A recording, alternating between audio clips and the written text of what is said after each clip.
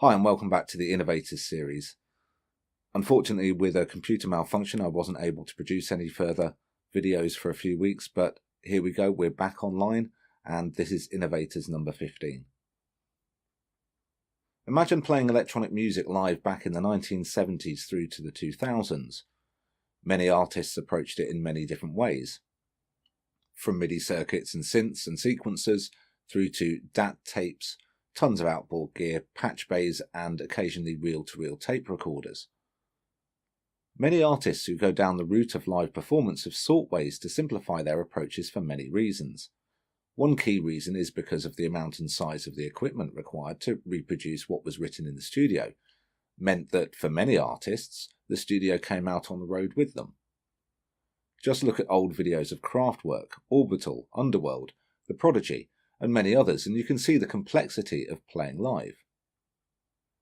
As one of those artists performing live electronic music from the 1990s and onwards, I too have also gone through the motions of streamlining my live setup, as technology has given me the opportunity to do so. However, in 1999, everything changed. It wasn't until the advent of the laptop and software written specifically for electronic music performance that the opportunity arose for all producers of these genre styles to perform live. For anyone who's seen certainly a few of these Innovators videos, then you'll know that some of the artists and producers I've discussed are not only musically talented, but engineers and inventors as well.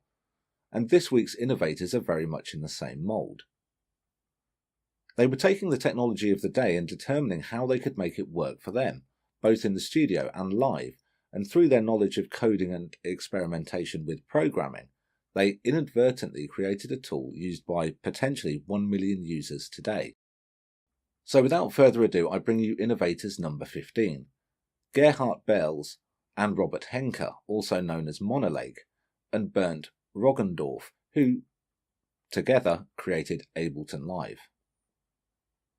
When I mentioned that Ableton Live has been used by up to 1 million users, this is actually that over 1 million copies of Live have been sold since its release. Now, many users have bought new versions when it's been launched, so it's potentially less than that. However, there are 56,000 members on the Ableton forum, and there are also many users who have cracked unregistered versions, so these figures may not be that unrealistic. One thing that cannot be denied is that it has changed the face of electronic music production forever, and as described by John L. Jacoby in PC World magazine in March 2016, for quickly laying down tracks or live performance, Live has no real peers. Vice magazine in November 2016 described the software as game-changing. Monolake were founded in 1995 between Robert Henke and Gerhard Belz, and their music productions were steeped in dub techno, however centered around the development of repetitive structures and embedded in complex sound design. Both Henke and Belz were interested in programming, and one of the ideas behind Monolake was the interaction between man and machine in real time to create music. This led the pair to investigate forms of programming that could give this opportunity. Henke started to build hardware, whilst Belz created the initial platform that would become Ableton Live. Live's earliest incarnations were simply born out of necessity to serve Belz and Henke's project, with no intention of expanding their software beyond their own personal use. The two friends, who got to know each other while studying computer programming at Berlin's Technical University, would often patch together many homemade programs just to play specific pieces or shows.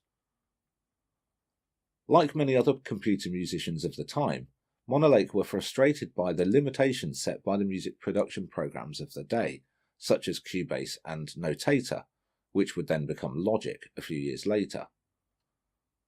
Although excellent at what these types of software did, none were suitable for live performance on stage, or gave the opportunity to jam or experiment with sound for live music creation in the studio. Bernd Roggendorf, a fellow computer programmer introduced through mutual friends, then joined the pair at the tail end of the 1990s, encouraging them to turn the jumbles of the Max code they had used holding together their live shows into a more generalised software that could be sold for retail. As Robert Henke explains on his website, when Ableton Live came out, it was radically different from other commercial music software, and this was largely due to the fact that Gerhard and me came from a very different musical background than the people who wrote, e.g. Pro Tools or Cubase. For us, the computer was not a replacement for a tape machine in a studio, but a tool to improvise with on stage and as part of the creative process. We wrote our own software for our live performances and for playing with it in recording sessions, and turning some of the concepts into a commercial product was then a logical step. As he explained in Vice magazine, I think the feeling we had was that there was enough like-minded people in our closer community who could appreciate a product like this and that it could work commercially. That gave us confidence to believe that a small company could actually survive on the market. No one thought of the thing exploding.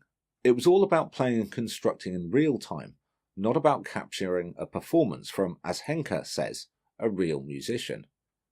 He explains further, the main and revolutionary idea was, the computer is the instrument itself and the musician too. The person operating it is the conductor and performer of this new type of instrument. With the assistance of Roggendorf and the finance acumen of Jan Boll, Ableton Live was launched on the world in the spring of 2001. However, most music software companies were not interested and didn't take them seriously. It seemed inconceivable for artists to want to take a laptop on stage and perform with it. What was fortuitous, though, was that at that first trade show, although none of the software companies showed interest, one person did, and that was the world-famous film composer, Hans Zimmer. An early adopter of Ableton, Zimmer has used the software since on many of his compositions. Ableton Live soon caught on with many producers looking for a new way to write and produce electronic music, but also to bring it into the live arena too. As a package, Live had unique functions that no other software had, such as warping, allowing the user to time stretch material without changing pitch and beat match to the required tempo. Many of the functions introduced by Ableton have now been incorporated in one way, shape or form into other software packages. Ableton were leading the way in new ways to consider writing music via a computer. Since its launch in 2001, Ableton has released 10 versions, each an improvement with greater capability than the previous version.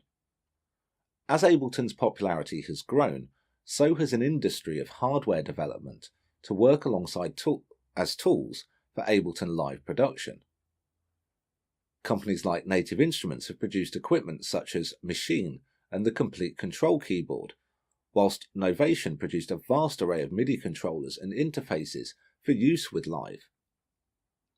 A quick look online gives you an idea of the amount of devices that are available to use with Ableton Live. Ableton didn't stop there either, with the development of their own hardware such as Push, engineered by Akai, and Link, a local network wireless software that allows the user to play in real time with other users across a range of hardware and software devices. This has opened up the world of live electronic music production even further. I think Robert Henke, Gerhard Bells and Bernd Roggendorf deserve the titles of innovators because Ableton Live has undoubtedly had huge impact on music production, let alone electronic music production and particularly live performance. Sound on Sound magazine in 2013 described Live 9 as yet another evolutionary step forward in electronic music production software. While the latest version released 5 weeks ago, Live 10, suggests even more expansion in the controlling, editing and manipulating of sound in real time. The GAC Music blog explains that the impact that the Ableton Live software system had on the way electronic musicians approached music production and the impact it had on the DJ producer crowd created an entire MI sub-industry. With the likes of Novation's launch range and Akai's APC lines, and even spawned entire companies in the likes of Livid Instruments, plus much smaller boutique brands. Moreover, it changed the way we saw and approached live and DJ sets, knocking down walls wherever it went. As Robert Henke describes in Vice magazine, Ableton has changed electronic music quite dramatically. I'm very certain about that. But the question that it is extremely difficult to answer is how electronic music would have been without Ableton, because we have no clue. What became very obvious is that the software enabled a lot more people to leave their home studios and bedrooms and go on stage, and that fueled the whole festival culture. I don't think we would have the same amount of electronic music festivals these days without this software, because suddenly everyone who's producing electronic music had a clear path how to bring this on stage. I mean, it became quite normal to go onto any festival stage and just accept the fact that almost 90% of all laptops are running our software. Thanks for watching. See you next time.